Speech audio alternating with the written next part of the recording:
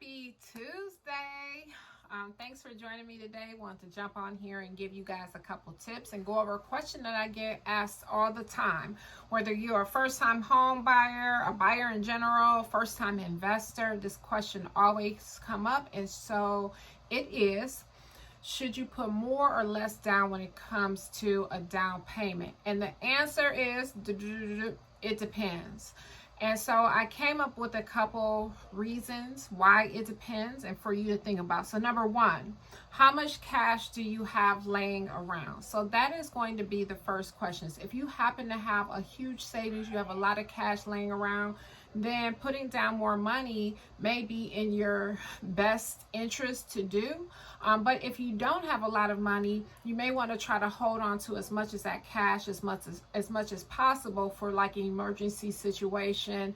And when you move into the property, whether you're buying it for you to live in or as a investment property, things always come up after you move into the property that you want to make sure that you have cash on hand to be prepared for. So you never want to be just totally poor from buying the property. So then number two, how nervous are you about leveraging your finances? So for some people, putting all that cash in will begin to stress them out by not having that cash.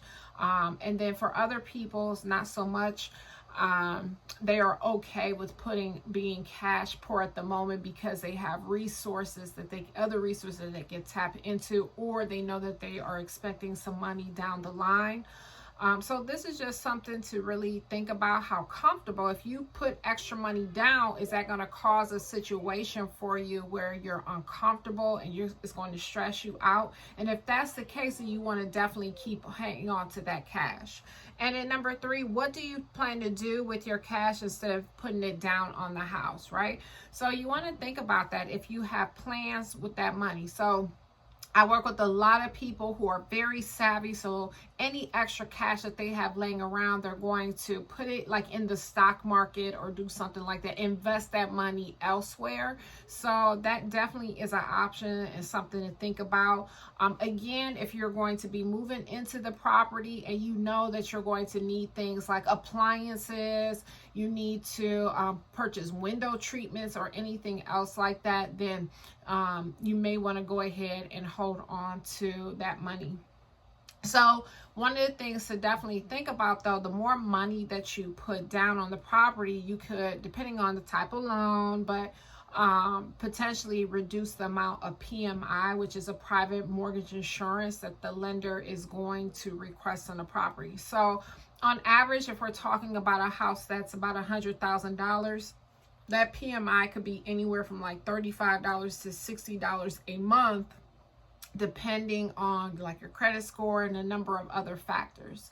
So will it be important for you to put down that additional money up front in an effort to get your monthly payment a little bit lower? Because you would be surprised, even at like $40 or $50 extra in someone's life a month really does make a difference. That could be $50 that goes towards gas in your car, or that is the difference in a grocery bill. So everyone is different when you think about it. You want to definitely talk about what the end goal is. If you have that cash, what are you going to do with it? Either way, if you have it, you hold on to it. Or are you going to put it back into the property, invest it, or is it just going to sit in the bank? So definitely a deeper conversation that you want to have with your real estate agent to let them know what your goal is, what you're trying to do, what you're trying to accomplish. But a lot of times for first-time home buyers or first-time investors, I find that it's best for them to hold on to as much cash as possible. That's why I'm always talking about like down payment assistance programs and different things like that.